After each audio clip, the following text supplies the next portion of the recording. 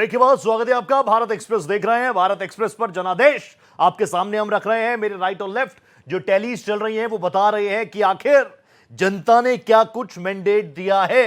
झारखंड में साफ तौर पर हेमंत सोरेन, जेएमएम और उनके सहयोगी साथियों की सरकार बनना लगभग तय मानी जा रही है, क्योंकि गैप अब काफी ज्यादा हो चुका है। तो वहीं दूसरी तरफ लैंडस्लाइड विक्ट्री भारतीय जनता पार्टी के लिए महाराष्ट्र में, यानी एक स्टेट झारखंड विपक्षियों के लिए गुड न्यूज लेकर आया है। तो महाराष्ट्र में भारतीय जनता पार्टी ने जो क्लीन स्वीप सा किया है वो काफी ऐतिहासिक सा भी नजर आ रहा है। इस पर अनुज आत्रे कह रहे हैं, कांग्रेस कह रही है कि कुछ गड़बड़ भी है।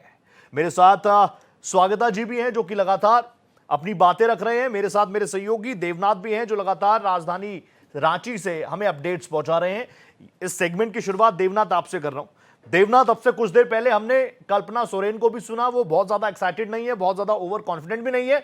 उनसे जब पूछ रहे हैं तो बहुत सरलता से कह रहे हैं कि देखिए अभी आने दीजिए, अभी आने दीजिए, हम लोग 50+ जा रहे हैं। ग्राउंड पर वही माहौल 50+ का माहौल बनता हुआ नजर आ रहा था, क्योंकि एग्जिट पोल तो बिल्कुल उलट बता रहे थे। बिल्कुल रोहित, क्योंकि अब कांग्रेस पहले भी और तमाम पॉलिटिकल पार्टियां पहले जब मना करके ये संकेत दे चुकी है कि ठीक नहीं होता है। शायद ये लोग इससे सीख गए। लेकिन एक दूसरी बात करूंगा कि देवेंद्र फडणवीस जो पोस्ट करते हैं, जो पर अपना पोस्ट डाला उन्होंने कि एक है तो सेफ है। देखिए, झारखंड का चुनाव, महाराष्ट्र का चुनाव, उत्तर प्रदेश का जो उपचुनाव है, इन तीनों में एक सबसे बड़ी बात यह है कि ये नारा सबसे ज्यादा चर्चित नारा रहा। और रोहित, एक इस नारे से सिर्फ दो मुख्यमंत्रियों की बात नहीं है। हाँ। यूपी के मुख्यमंत्री योगी आदित्यनाथ, यानी 2027 में कौन बनेगा मुख्यमंत्री, योगी आदित्यनाथ या कोई, ये भी तय कर देगा ये नारा। तो जाहिर सी बात है कि जो बटेंगे कटेंगे या जो एक है तो सेफ है, ये जो नारा है पूरे राजनीति के केंद्र बिंदु में घूमता रहा। और झारखंड की बात करें तो झारखंड में योगी आदित्यनाथ ने तमाम रैलियां की जहां पर इस नारे की गूंज सुनाई दी, लेकिन उससे ज्यादा गूंज महाराष्ट्र में भी सुनाई दी, जहां पर लोग योगी आदित्यनाथ के लिए जयकारे लगाते दिखे। और यह भी बड़ी बात कि अजीत पवार सहित तमाम लोग इस नारे को लेकर के, और बीजेपी के कई लीडर भी इस नारे को लेकर सहमत नहीं थे। बिल्कुल जिस तरीके से फडणवीस ने ये किया है कि एक है तो सेफ है, इससे साफ जाहिर होता है योगी आदित्यनाथ की जो एक दोनों राज्यों के चुनाव में एक दखल बढ़ा है, और उत्तर प्रदेश चुनाव में जिस तरीके से बीजेपी प्रदर्शन नहीं, और जाहिर तौर पर एक है तो सेफ है, कटेंगे तो बटेंगे, इसी के इर्द गिर्द भारतीय जनता पार्टी का पूरा कैंपेन था हर एक जगह पर, और उसका फायदा भी भारतीय जनता पार्टी को मिलता हुआ नजर आया। अगर हम महाराष्ट्र की बात करें तो मेरे साथ स्वागता जी लगातार बनी हुई हैं, और जल्दी से जो आंकड़े हैं election commission of India official जो बता रहा है वो आपको बता दूं। भारतीय जनता पार्टी अकेले 127 सीटों पर इस वक्त लीड कर रही है।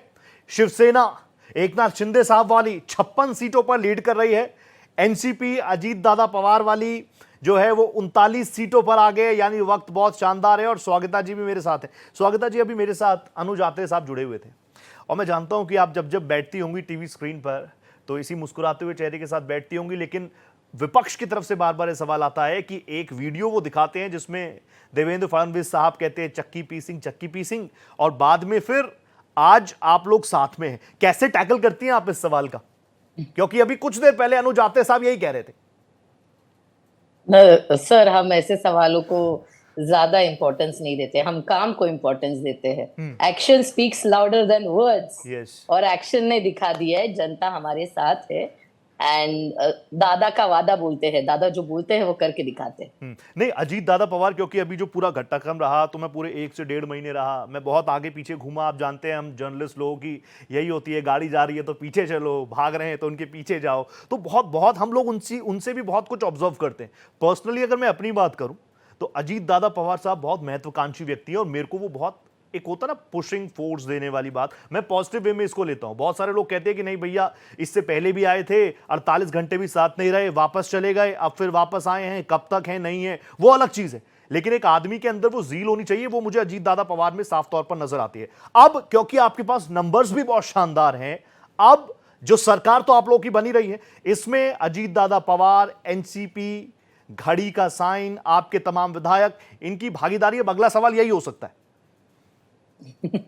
ऑफ कोर्स सब एकदम एक दूसरे के साथ है, और घड़ी तो हमारे पास आ चुकी है।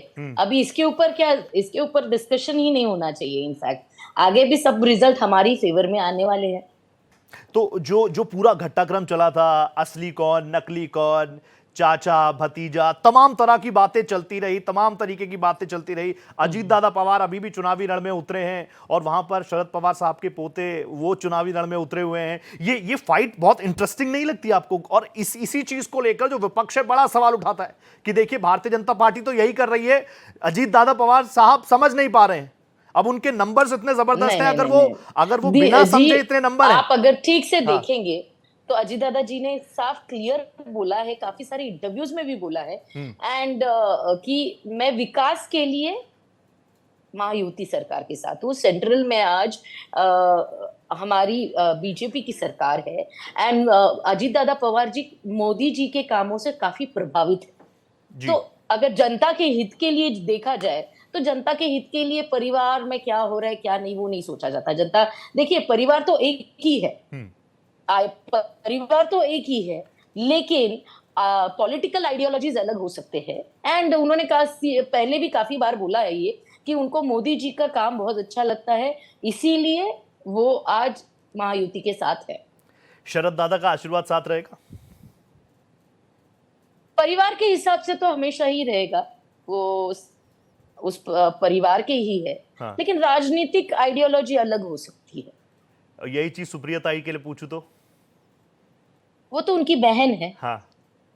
तो आइडियोलॉजी अलग हो सकती है, ऐसा नहीं है। हाँ। जैसे मैं एक पर्सनल एग्जांपल दे रही हूँ। आज अगर मैं महायुति के साथ हूँ तो शायद मेरी कोई सिस्टर या मेरा कोई ब्रदर कोई और आइडियोलॉजी का हो सकता है। जैसे एक पिता के दो बच्चे सेम नहीं होते, अलग अलग होते हैं। ये भारत की राजनीति में हम लोगों ने देखा है। मेरे साथ कांग्रेस प्रवक्ता अखिल चौधरी साहब भी जुड़ चुके हैं। चौधरी साहब राम राम, नमस्ते, बहुत स्वागत आपका भारत एक्सप्रेस पर। और शुरुआत गुड न्यूज से ही करता हूं आपके साथ भी। झारखंड में गठबंधन जीत रहा है, बहुत शुभकामनाएं आपको उसकी। मैं चाहूंगा आपसे कि आप वो 3 बड़े फैक्टर बता दीजिए जिस वजह से झारखंड में ये रिजल्ट आ रहे हैं। हमारा जो कंबाइंड एफर्ट था जेएमएम का, कांग्रेस पार्टी का, हमारा जो इंडिया अलायंस का, उसकी एक तो मेहनत करी उनके खास तौर से कार्यकर्ताओं ने। दूसरा मैं कहूँगा कि एक जो हेमंत सोरेन जी को जो झारखंड के मुख्यमंत्री हैं उनको अरेस्ट कर लिया था और जो जनता में मैसेज गया तो वो भारतीय जनता पार्टी और उनके अन्य जो दल हैं उनके खिलाफ में गया। और दूसरा सबसे इम्पोर्टेंट बात तीसरे नंबर पे मैं बता रहा हूँ कि जो आदिवासी अस्मिता और आदिवासियों की पेशा की लड़ाई, एफआरए की लड़ाई, शेड्यूल 5 की लड़ाई और आदिवासी इलाकों के अंदर जो कांग्रेस पार्टी का काम था, जेएमएम का काम था, लोगों की जो असली चीज़ों के, असली मुद्दों के बारे में बातचीत थी, मेरे ख्याल से इंडिया अलायंस को पसंद किया गया इन्हीं बातों। झारखंड में जेएमएम और गठबंधन की सरकार बनने जा रही है। 50+ महागठबंधन को मिलता हुआ नजर आ रहा है। अब डिफरेंस बहुत ज्यादा है। तो वहीं दूसरी तरफ महाराष्ट्र में लैंडस्लाइड विक्ट्री भारतीय जनता पार्टी। और स्ट्राइक रेट सुनेंगे क्या? 84%। शिवसेना शिंदे गुट का 71% और एनसीपी अजीत गुट का 62%।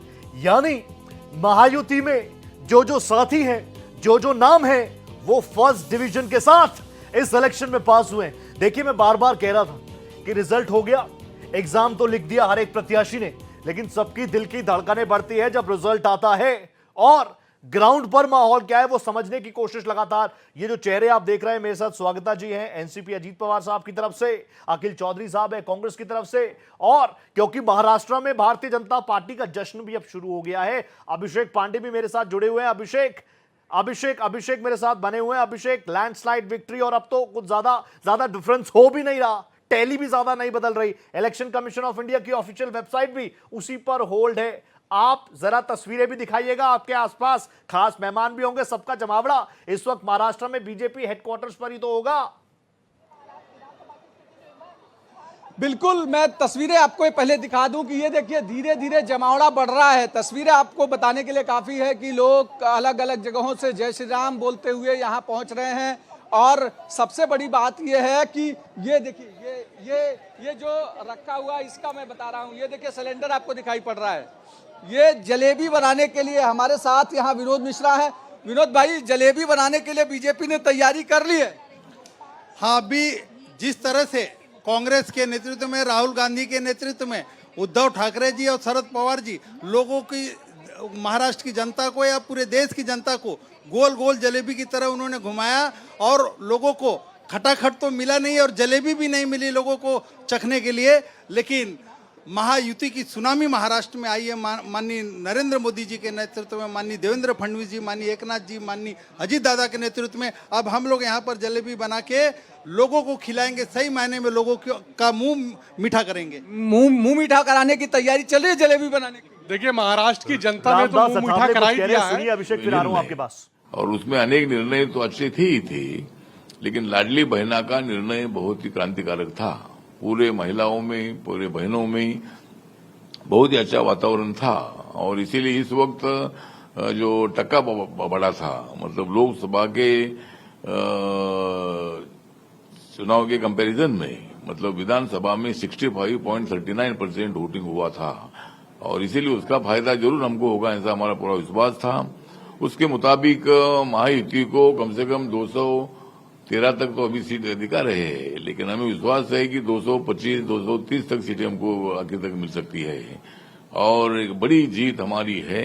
और उसके पीछे नरेंद्र मोदी जी का विकास, उसके पहले लाडली बहना का निर्णय और कई निर्णय हमारी सरकार ने लिए थे, इसलिए जनता ने हमको वोट दिया है। सर, ये फैसला जो है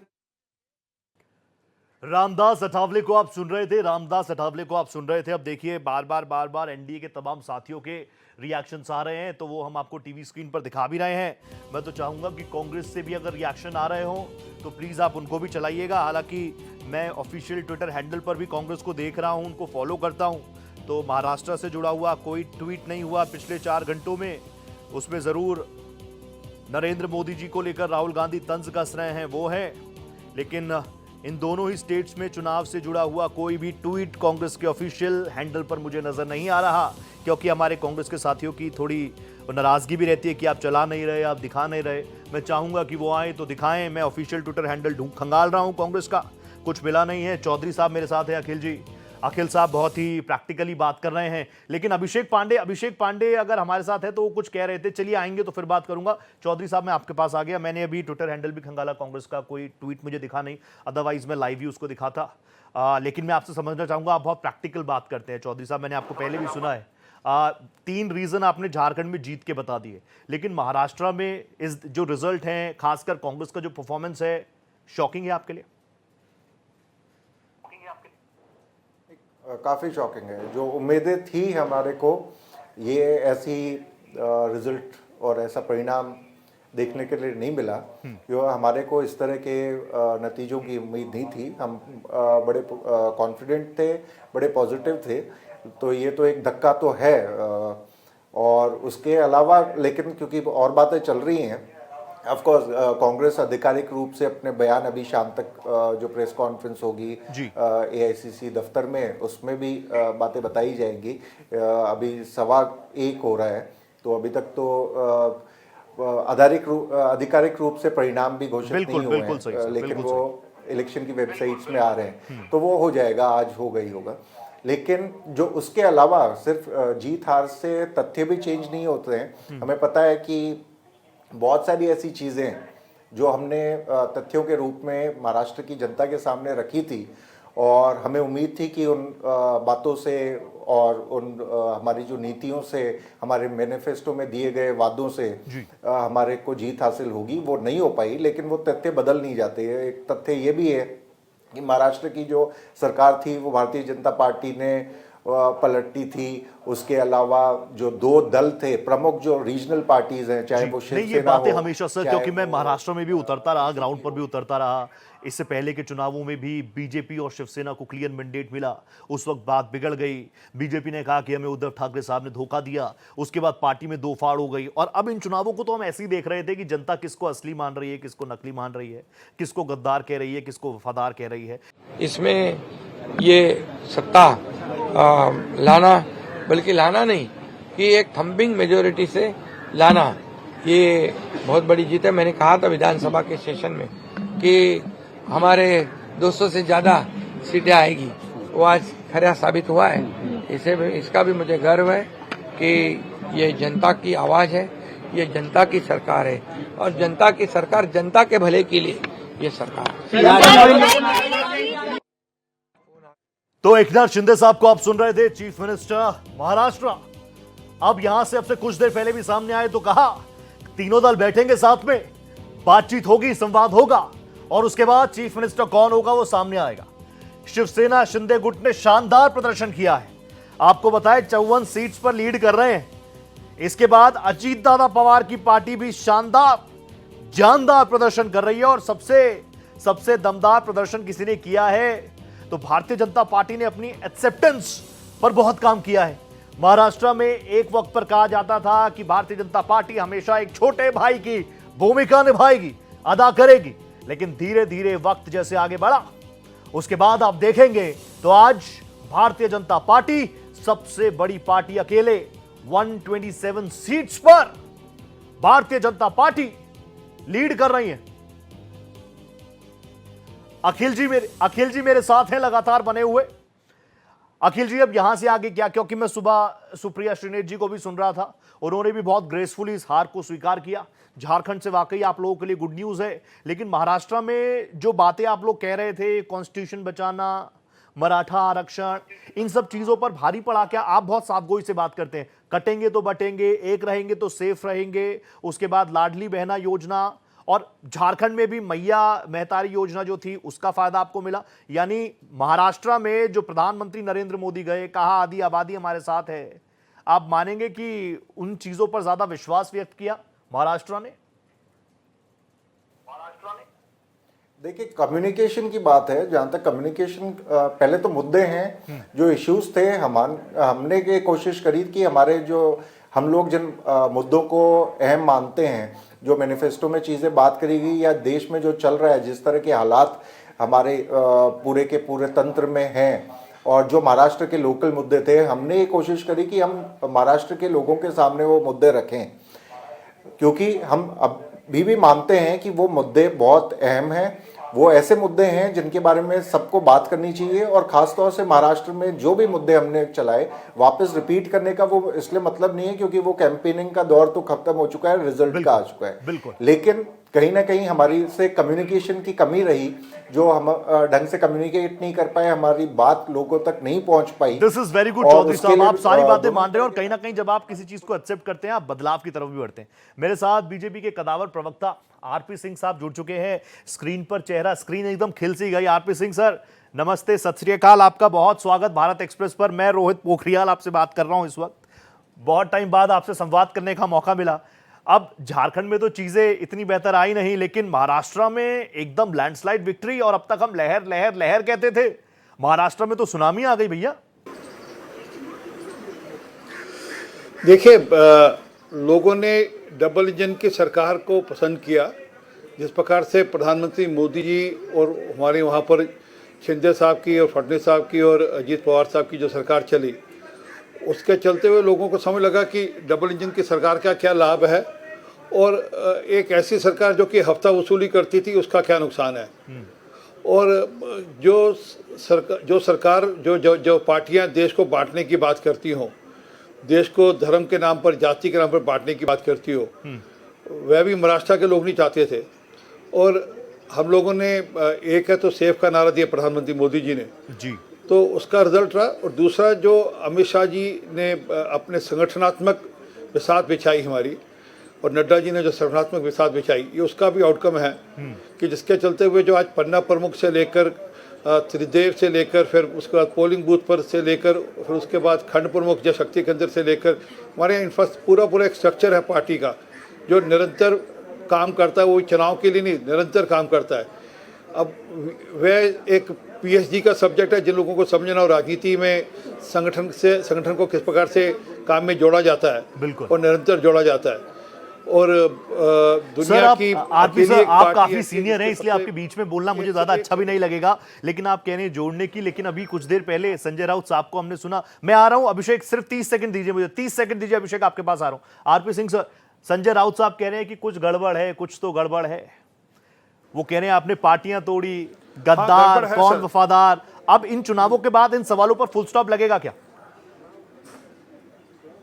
नहीं, गड़बड़ है ना, गड़बड़ है कि उद्धव ठाकरे जी या कांग्रेस पार्टी या शरद पवार जी लोग क्या कह रहे हैं, लोगों के मन में क्या है, वो भाप ही नहीं पा रहे।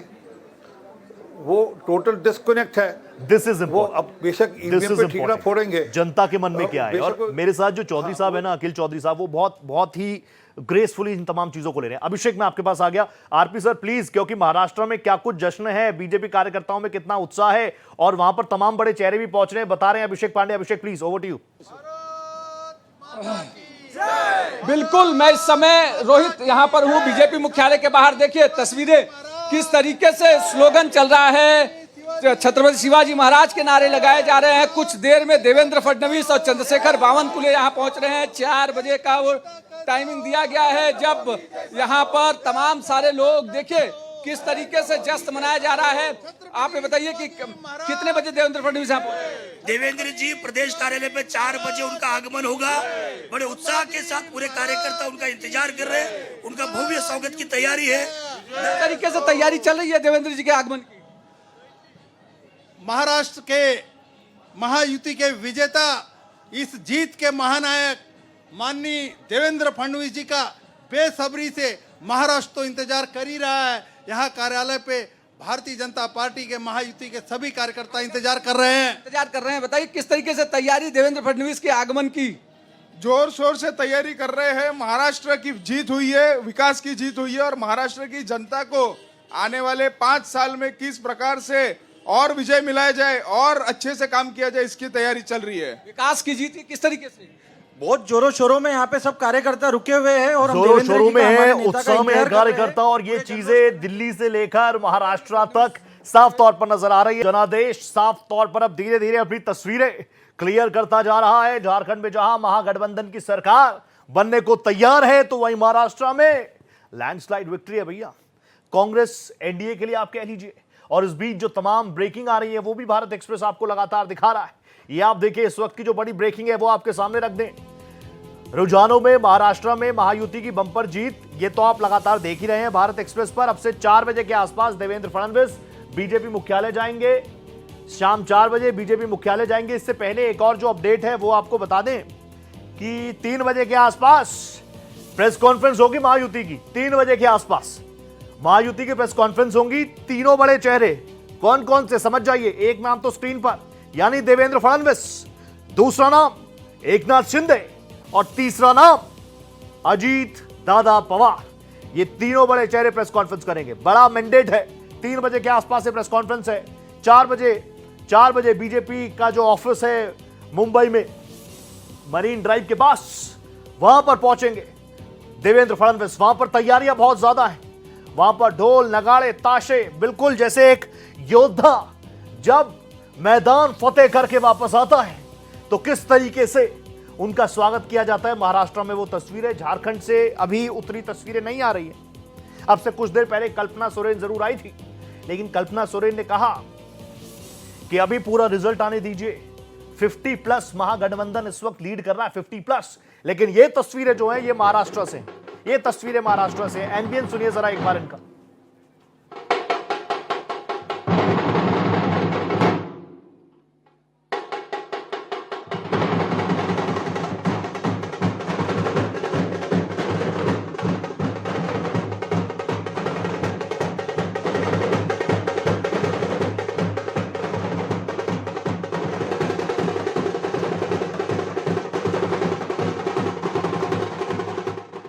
महाराष्ट्र और झारखंड का चुनाव परिणाम आया है, कई जगह उपचुनाव के भी परिणाम आए हैं, किस रूप में देखते हैं, क्या कहें? देखिए, जो उपचुनाव थे जिन राज्यों में, मजेदार था उत्तर प्रदेश। लग रहा था अखिलेश बाजी मारने के लिए लड़ाई लड़ रहे हैं, लेकिन वहां भी पिछड़ गए। राजस्थान में भी कांग्रेस पिछड़ गई और महाराष्ट्र में एनडीए को जो 2/3 से ऊपर आया है, ये दिखा रहा है कि बड़बोलापन में उद्धव ठाकरे को तो संजय राउत खा गए और उद्धव ठाकरे को नकार दिया महाराष्ट्र की जनता की असली शिवसेना कौन है। तो गिरिराज सिंह जी को आप सुन रहे थे। लेकिन क्योंकि बिहार में काफी आप देखते हैं पॉलिटिकली एक्टिव राज्य है, अगले साल कुछ ही वक्त में चुनाव भी है और अभी पड़ोसी राज्य झारखंड में बड़ा खेला हो गया बीजेपी के साथ। आप जान रहे हैं वो मैंडेट नहीं मिल पाया, 5 साल बाद भी रिपीट हो रही है जेएमएम की सरकार। अखिल चौधरी साहब है, आरपी सिंह साहब है। आरपी सिंह साहब के पास तो एक बड़ी वजह है मुस्कुराने की भी, क्योंकि महाराष्ट्र में क्लियर मैंडेट, जबरदस्त मैंडेट। लेकिन अखिल साहब के साथ पास में जाना चाह रहा हूं इस बार। आरपी सर तुरंत आ रहा हूं आपके पास। अखिल जी, मैं आपसे समझना चाहूंगा, अब महाराष्ट्र में तो तमाम चीजें आई गई हैं सामने, एक बार फिर से असली कौन नकली कौन गद्दार, किसने पार्टी तोड़ी, और सीधे सीधे आप लोगों ने शुरुआती दौर से आरोप लगाए भारतीय जनता पार्टी पर कि भारतीय जनता पार्टी जिसके साथ रहती है उसको नुकसान पहुंचाती है। लेकिन आंकड़े में तो पता लग रहा है कि शिंदे साहब का भी फायदा हो रहा है, अजीत दादा पवार का भी फायदा हो रहा है, फूलों से सजाया जा रहा है। लेकिन यहां पर ऐसा लग रहा है कि जो तस्वीरें प्रधानमंत्री नरेंद्र मोदी के साथ चिपकाई गई, जनता ने उनको भी माला पहना दी।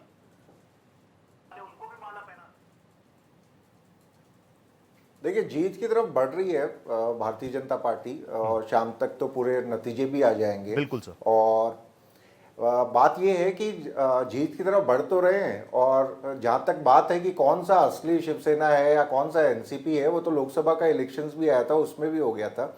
मेरे ख्याल से जो फैक्ट्स हैं वो फैक्ट्स रहेंगे। वो एक इलेक्शन जीत जाने भर से ये जो आपने पहले महाराष्ट्र की जनता के साथ बिट्रेयल करा था, तो वो बदल नहीं जाता। जहाँ तक हमारी बात है, हम लोग इसको समझ रहे हैं और हम लोग गहनता में हैं, और हम लोग कोशिश कर रहे हैं कि इन नतीजों के कारण के पीछे की जो भी जानकारी है, जो भी फैक्टर्स रहे हैं, चाहे वो इंटरनल फैक्टर थे, एक्सटर्नल फैक्टर थे, वो हमारे सामने आए, जिससे कि हम अपनी कमियां भी दूर करें और जो हमारे कम्युनिकेट चीजें नहीं कर पाए और उसको सुधार करें, अपनी स्थिति में सुधार करें।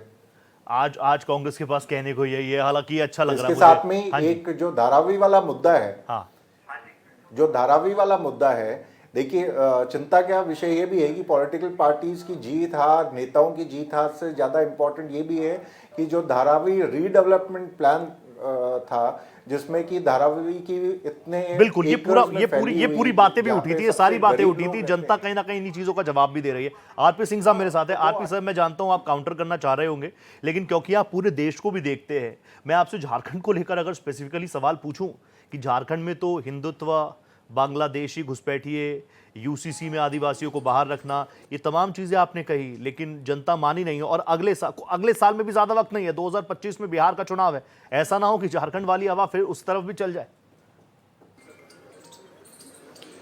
देखिए, पहले मैं इन्होंने धारवी का इशू उठाया, तो मैं धारवी के बारे में बता दूं कि वो जो भी टेंडर प्रोसेस है, वो इनके टाइम का बना हुआ टेंडर प्रोसेस है, कोई हमारे टाइम में टेंडर प्रोसेस नहीं हुआ वो। अब वो ठीक है, इनको राजनीति करने की कोशिश करी, लोगों ने नकार दिया इनकी राजनीति को, परंतु जो मूल बात है वो है कि लोगों के मन को नहीं समझ पा रहे, ये कनेक्ट नहीं कर पा रहे। झारखंड की आपने बात करी, झारखंड के अंदर शाम तक हम लोग एनालाइज करेंगे कि किस किस सीट पे क्या क्या आउटकम रहा और कितने कितने मार्जिन से कौन कौन सी सीट हम हारे हैं। उसके बाद मैं आपको एक ठीक मकूल उत्तर दूंगा उसका, परंतु हाँ, हम हार को मानते हैं कि हम हारे हैं, और जेएमएम जीती वहाँ पर, कांग्रेस उस पर पिगी राइड करेगी। अब कांग्रेस की स्ट्राइक रेट सबको दिख रहा है वहाँ पर कैसी है और जेएमएम की स्ट्राइक रेट कैसी है, परंतु हम अपनी हार मानते हैं। इसमें हम किसी पे ये नहीं कि हम ईवीएम पे ठीकरा फोड़ेंगे या हम किसी और पे ठीकरा फोड़ेंगे। आरपी सर, अभी तक ईवीएम स्वच्छ है, साफ है। आज ईवीएम पर किसी ने ठीकरा नहीं फोड़ा। लेकिन आरपी सर, क्योंकि अखिल चौधरी सर जो है बहुत ही माने जाने प्रवक्ता हैं, बहुत फैक्ट्स पर बात करते हैं, उन्होंने अभी लोकसभा का जिक्र किया, लेकिन लोकसभा में जितना मैंने एनालिसिस किया, वोट शेयर में परसेंट में ज्यादा फर्क नहीं था, 43.3 43.7, और उसमें सिर्फ सीट कन्वर्जन का फर्क था। देखिए, लोकसभा चुनाव एक नैरेटिव के अंतर्गत विपक्ष ने लड़ा, वो नैरेटिव लोगों तक ले जाने में सफल हुए, हम ये मानते हैं। और ये जो उन्होंने कहा कि हम लोग संविधान बदल देंगे और संविधान बदलकर हम रिजर्वेशन का जो सिस्टम है उसको बदलेंगे, वो लोगों तक वह मैसेज ले जाने में कामयाब हुए। परंतु हरियाणा चुनाव के चलते आते और चलते हुए लोगों को समझ में लग गया कि ये गलत नैरेटिव था, झूठा नैरेटिव था। और प्रधानमंत्री मोदी जी ने तब भी कहा था और बाद में भी कहा कि संविधान में तो बदल अगर बाबा साहब अम्बेडकर भी आकर करना चाहे तो वह भी नहीं कर सकते। तो ये बात लोगों में समझ में आ गई बात, और ये भी समझ में आने लगा कि कांग्रेस की जो रणनीति है वो समाज को बांटने की है, वो धर्म के नाम पर, जाति के नाम पर, और हम लोग समाज को एक साथ एकजुट रखकर चलाने की बात करते हैं। तो कांग्रेस की नीति के विरोध में ही आप लोग कह रहे थे बटेंगे तो कटेंगे, ये कांग्रेस की नीतियों के विरोध में ही आप कह रहे थे बटेंगे तो कटेंगे, जिसका फायदा आपको पहुंचा? नहीं, अब फायदा या नुकसान तो अभी इसके एनालिसिस की बात है, परंतु ये इसमें कोई शक नहीं है कि कांग्रेस की नीतियां लगातार देश को बांटने की रही हैं और उसका आउटकम देश ने भुगता भी है। मतलब मैं तो उसका खुद भुगतभोगी हूँ। 1984 का जो कत्लेआम हुआ वो देश को बांट कर ही हुआ था, और उसके बाद भी जो देश में दंगे हुए उसमें ज़्यादातर कांग्रेस के ही सरकारें रही हैं। तो राजनीति इसलिए करना कि चुनाव जीतने के लिए कुछ भी कर देना और किसी हद तक जाना, ये कांग्रेस की नीति रही है।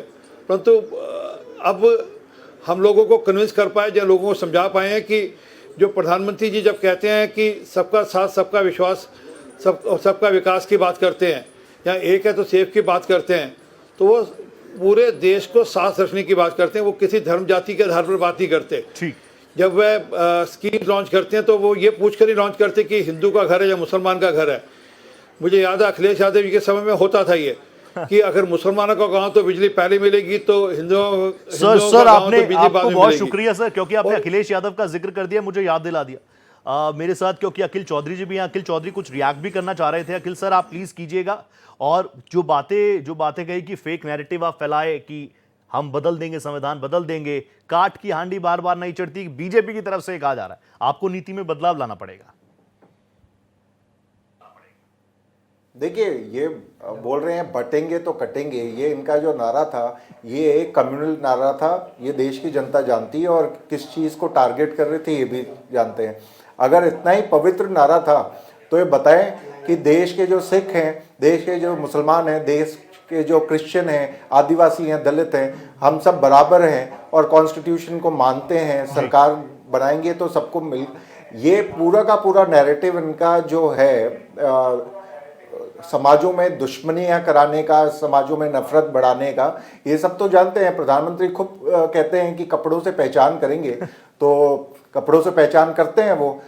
चुनाव जीतना, चुनाव हारना वो एक अलग चीज़ है, लेकिन समाज में, हमारे देश में देश हित के काम हो रहे हैं, संविधान हित के काम हो रहे हैं, वो सबको पता है। और यहाँ तक कि इन दो राज्यों की भी बात करेंगे तो हमें पता है कि किस तरह से महाराष्ट्र में सरकारें तोड़ी गई, पार्टीज तोड़ी गई, किस तरह से एक चुने हुए मुख्यमंत्री को जेल में भी पहुंचाया गया, और ये चुनाव से ठीक पहले हो रहा था। और सीधे सीधे तोड़फोड़ की राजनीति का आरोप आप बीजेपी पर लगाए, आप जनता के बीच भी गए, लेकिन मैंडेट कुछ और महाराष्ट्र में कम से कम बता रहा है। आरपी सर कुछ रिएक्ट करना चाह रहे थे सर? हमारे कार्यकर्ताओं से, हमारे नेताओं से, हमारे अलग इनको अब तक समझ नहीं। आरपी सर बोलिए प्लीज। चौधरी सर आ रहा हूं। इनको अभी तक समझ में नहीं आ रहा। जब प्रधानमंत्री जी की आयुष्मान भारत स्कीम आती है उसमें 30 से 35% तक मुसलमान कवर एडवांटेज लेते हैं, जो उनको लाभ मिलता है उसका। यहाँ जब किसान सम्मान निधि बढ़ती है तो भी उसमें मुसलमानों को लाभ मिलता है और 30 से 35% तक लाभ मिलता है। जब उज्ज्वला स्कीम आती है तब भी यही, और जब कोई भारत सरकार की और भी स्कीम्स आती हैं, बेशक घर पे नल की बात हो, तो वो सब स्कीम्स में 30 से 35% तक मुसलमानों को लाभ मिलता है। पॉपुलेशन 14% है। तो अगर हमारे मन में ऐसा हो तो हम टारगेट कर करके नहीं ये तो मुसलमानों का घर है, इसको नहीं मिलना चाहिए, या ये हिंदू का बैंक खाता है, इसके बैंक खाते में जाएगा और मुसलमान के बैंक खाते में नहीं जाएगा। तो ये बात कांग्रेस को जितनी जल्दी समझ आएगी। और मेरी बात नोट कर लीजिएगा, ये जो बार बार डुगडुगी बजाकर एक तबके का, एक मुसलमानों का वोट इकट्ठा करने की कोशिश करते हैं, वो समय भी दूर नहीं है जब मुसलमान भी इनसे छिटकेंगे। उनको भी समय लगने लगा कि ये उनको अपने राजनीतिक टूल की तरह यूज़ करते हैं, वोट बैंक की तरह यूज़ करते हैं। जहाँ इनकी सरकारें हैं वहाँ कोई उनके जन कल्याण के लिए कुछ नहीं करते, उनकी बेहतरी के लिए कुछ नहीं करते। ठीक है, चौधरी साहब वांट्स टू रिएक्ट, लेकिन एक बार मैं ब्रेकिंग बता दूं। चौधरी साहब तुरंत आपके पास आ रहा हूं। ताजा आंकड़े क्या कह रहे हैं वो देखिए। महाराष्ट्र की बात कर रहे हैं, बीजेपी 124 सीटों पर लीड कर रही है। शिवसेना एकनाथ शिंदे साहब वाली 56 सीटों पर लीड कर रही है। एनसीपी अजीत दादा पवार 39 सीट्स 39 सीटें, आईएनसी 22, शिवसेना उद्धव बाला साहेब ठाकरे 18, एनसीपी शरद पवार साहेब 12, अदर्स 17 सीटों पर लीड कर रहे हैं इस वक्त। ये ताजा आंकड़े हैं और ये हम आपको ऑफिशियल, जैसे मैं बार बार कह रहा हूं, हम वो आंकड़े नहीं दिखाएंगे जो सिर्फ और सिर्फ हाइप बनाने के लिए हो। आपको भारत एक्सप्रेस पर बिल्कुल वो आंकड़े मिलेंगे जो इलेक्शन कमीशन ऑफ इंडिया की तरफ से सर्टिफाइड हैं। सर्टिफाइड आंकड़े, सर्टिफाइड चेहरे, वो चेहरे जो शोर शराबा नहीं बल्कि संवाद में विश्वास करते हैं। और मेरे साथ महाराष्ट्र बीजेपी प्रवक्ता अजय पाठक साहब भी जुड़ चुके हैं। आपसे कुछ देर पहले भी वो थे। अजय पाठक साहब नमस्ते, आपको बहुत स्वागत आपका भारत एक्सप्रेस पर। नमस्ते अजय जी, मैं आऊंगा आपके पास, लेकिन अखिल जी कुछ रिएक्ट करना चाह रहे थे। अखिल जी प्लीज, फिर मैं जाऊंगा अजय जी के पास जैसा मैंने वादा किया था। अजय जी, अखिल सर, अखिल ज्यादा रिएक्ट करने का नहीं, हाँ। एक मैसेज देने का जी। ये देश हमारे सबका है और इस देश में अगर हम लोगों को समुदायों में बांटेंगे, अगर हम देश के अलग अलग हिस्सों को अलग अलग दृष्टि से देखेंगे, अगर हम ये कोशिश करेंगे कि हमारे देश के जो रिसोर्सेज हैं, जो हमारे देश के जंगल हैं, नदी नाले हैं, वो सुरक्षित नहीं हो पाएंगे, तो एक आंख से नहीं, दोनों आंखों से देखकर, और जो संवैधानिक प्रोविजंस हैं, जो हमारे देश का कानून है, रूल ऑफ लॉ है, वो सबके लिए एक रखेंगे। सबके लिए एक हमारा है, कोई उद्देश्य सबके लिए एक है। भारत आपका समुदाय भी है, को भारत हमारा भी है। और जब इसको तोड़ने की बात की जाएगी तो अखिल दादा, आपके साथ हम सब भी खड़े रहेंगे। मैं एक बड़ा अपडेट आ गया वो बता दूं जल्दी से। अखिल सर, एक बड़ा अपडेट आ गया वो बता दूं जल्दी से, फिर आपके पास आऊंगा। इलेक्शन कमीशन ऑफ इंडिया ने ऑफिशियली 6 प्रत्याशियों की जीत दिखा दी है। यानी भारतीय जनता पार्टी से 2, शिवसेना एकनाथ शिंदे गुट 2, national Congress party NCP Ajit Dada Pawar 2 seats पर अभी 122 सीटों पर लीड कर रही है भारतीय जनता पार्टी, 2 जीत चुकी है। 54 पर लीड कर रही है शिवसेना, 2 जीत चुकी है। ऑफिशियली ये खबर आपको बता रहा हूं, इलेक्शन कमीशन ऑफ इंडिया की साइट से देखकर बता रहा हूं। कोई हाइप नहीं, कोई फेक न्यूज नहीं, ऑथेंटिक न्यूज। 2 बीजेपी, 2 शिवसेना और 2 एनसीपी। महाराष्ट्र में भारतीय जनता पार्टी और उनका गठबंधन क्लीन स्वीप करता हुआ नजर आ रहा है। और इस बार जो रिजल्ट आ रहा है, यकीन मानिए किसी ने इसको एक्सपेक्ट नहीं किया था। अभी अगर आप बीजेपी और उनके गठबंधन को देखेंगे तो 288 टोटल सीट्स हैं। 288 टोटल सीट्स हैं, उसमें 200 सीटों पर इस वक्त भारतीय जनता पार्टी और उनके साथी लीड कर रहे हैं। 6 सीटों पर इलेक्शन कमीशन ऑफ इंडिया ने जीत घोषणा कर दी है। जीत का उद्घोष बोनी हो चुकी है। जीत की अगर बात की जाए, ये ऑफिशियल आंकड़े भारत एक्सप्रेस आपको दे रहा है। 2 भारतीय जनता पार्टी, 2 शिवसेना शिंदे साहब और 2 एनसीपी अजीत दादा पवार। ये 2 प्रत्याशी, 6 प्रत्याशी जो है, 6 उम्मीदवार विजयी घोषित किए जा चुके हैं। भारतीय जनता पार्टी गुड न्यूज, शिवसेना शिंदे साहब उनके लिए गुड न्यूज। और ये तो देखिए गुड न्यूज नहीं, बहुत बड़ी गुड न्यूज है। 200 सीटों पर लीड करना आसान बात है क्या? महाराष्ट्र में जहां पर असली कौन नकली कौन, एकनाथ शिंदे साहब को गद्दार कहकर पुकारा गया था, आपको याद होगा। और कुछ ऐसे भी शब्द हैं जो मैं हिंदी में अनुवाद करके आपको बता नहीं सकता। शिंदे, ऐसे शब्दों का इस्तेमाल किया गया, लेकिन जनता ने साफ कर दिया। मेरे साथ अजय पाठक साहब जुड़े हुए, महाराष्ट्र बीजेपी के प्रवक्ता, कदावर चेहरे। पाठक सर, आवाज आ रही है आपको?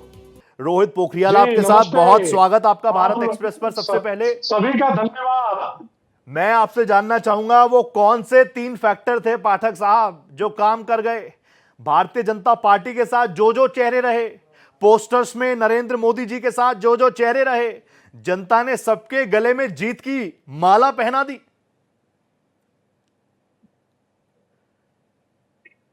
देखिए, सबसे पहला फैक्टर यह है कि ये जो लोग निगेटिव राजनीति के लिए जाने जाते हैं, कांग्रेस और उनका गठबंधन सिर्फ और सिर्फ निगेटिव राजनीति करता है और निगेटिव राजनीति के लिए जाना जाता है। जिस तरह से उन्होंने ये बंटवारा करने की कोशिश की कि 20% हमारा और 80% में बंटवारा, और ये बंटवारा इस महाराष्ट्र की जनता ने स्वीकार नहीं किया। राहुल गांधी को उल्टे पांव भेज दिया। 99 सीटों का जो फीवर उनको चढ़ा हुआ था राहुल गांधी, और कांग्रेस को उस फीवर को समाप्त करने का काम पहले हरियाणा ने किया, पूरी तरह से उसको समाप्त करने का काम भारतीय जनता पार्टी और महाराष्ट्र की जनता ने किया। राहुल गांधी को यह समझ लेना चाहिए, यह महाराष्ट्र है, यहाँ कोई न बटता है, यहाँ सब लोग एकजुट हैं।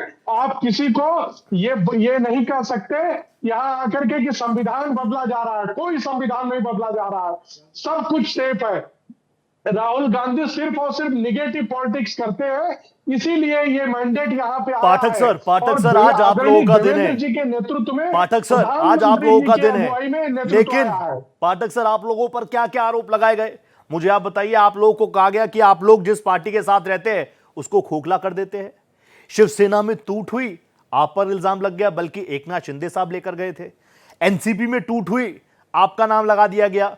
खोखे, एक एक खोखे की बात की गई, कहा गया खोखे का खौफ है। और कल तो संजय राउत साहब ये कह रहे थे कि हमारे जीते हुए विधायकों को हम रिजॉर्ट में रखेंगे, खोखे वालों की सरकार है, खोखा दे देंगे। मतलब टूट की, हॉर्स ट्रेडिंग की, हर एक आरोप आप पर लगा। असली नकली का दूध पानी का पानी हो गया इस रिजल्ट के बाद क्या?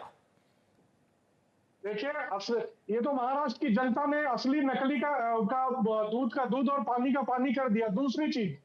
दूसरी चीज जो ये लोग कहते थे 50 खोखे एकदम होके, तो सबसे बड़ी गद्दारी तो उद्धव ठाकरे ने भारतीय जनता पार्टी के साथ किया था। और ये रिजल्ट उसका 2019 के बाद का ये जो रिजल्ट है महाराष्ट्र का, वो कौन असली है, कौन नकली है, कौन गद्दार है, उसका फैसला कर दिया महाराष्ट्र की जनता ने। पूरी तरह से चीजें साफ कर दिया कि जो लोग ये कहते थे कि कौन गद्दार है, वो गद्दार कौन है, महाराष्ट्र की जनता ने बता दिया। जो लोग हिंदुत्व को छोड़ के गए थे, जो लोग एक विशेष समुदाय को लेकर के एक नैरेटिव चला रहे थे कि 20% हमारा, 80% में बंटवारा, वो सभी चीजों को समाप्त कर दिया। दूसरी चीज, महाराष्ट्र की जनता ने सिर्फ और सिर्फ विकास को पसंद किया है। 2.5 साल जब वो मुख्यमंत्री थे तो फेसबुक से सरकार चलाए और पूरे महाराष्ट्र को बदनाम करने का काम किया। और जब 2.5 साल वो विपक्ष में थे तो सिर्फ और सिर्फ गाली गलौज का काम किया। बाप बेटे उद्धव ठाकरे और उनके बेटे ने 2.5 साल सिर्फ और सिर्फ गाली देने का काम किया। महाराष्ट्र की जनता उसको पसंद नहीं करती है। महाराष्ट्र की जनता ने सबक सिखा दिया है। विकास की राजनीति पे ये मुहर है और देवेंद्र जी के नेतृत्व में ये मुहर है। ये सारी चीजें समाप्त करने का काम किया पाठक सर, क्योंकि अगला सवाल मेरा फिर वही होगा, चीफ मिनिस्टर फेस कौन सा, उसके लिए आप थोड़ा तैयार हो जाइए। आपसे कुछ देर पहले मेरे वरिष्ठ सहयोगी, मेरे दोस्त, मेरे भाई अभिषेक पांडे भी आपसे संवाद कर रहे थे, वो एक बार फिर से जुड़ चुके हैं। और महाराष्ट्र में भारतीय जनता पार्टी कैसे सेलिब्रेट कर रही है, माहौल दिखाइएगा अभिषेक, और आपके साथ जो लोग हो उनसे संवाद भी कीजिएगा। बिल्कुल, मैं पहले तस्वीरें चाहूंगा देखना। देखिए किस तरीके से यहाँ पर चारों तरफ बीजेपी के कार्यकर्ता धीरे धीरे आना शुरू हो गए हैं। 4 बजे देवेंद्र फडणवीस आएंगे। दूसरी तरफ देखिए यहाँ पर ढोल नगाड़े ताशे बज रहे हैं, डांस चल रहा है। और सबसे बड़ी बात जो इस बार हुई है कि पालघर में जहाँ विनोद तावड़े के ऊपर पैसे बांटने का आरोप लगाया जा रहा था और वहाँ ये कहा जा रहा था कि बीजेपी पैसे देकर खरीद रही है, वहाँ पर तमाम सारी कार्रवाई के बाद बीजेपी ने वहाँ की 5 सीटें जीत ली है। 5 सीटें, पालघर जिले की 6 में से 5 सीटें जीत ली है। और वहाँ पर बीजेपी की प्रभारी रानी द्विवेदी जी हमारे साथ है। रानी कैसे देखती हैं ये पूरी जीत को, और कहाँ कितना मेहनत करना पड़ा उस किले को ध्वस्त करने? इस पे मेहनत करनी पड़ी। लोगों ने ठान लिया था गुंडा राज हटाना है, मसल पावर को ठुकराया है और देवा बहू की महायुति को अपनाया है। बहुत मेहनत रही।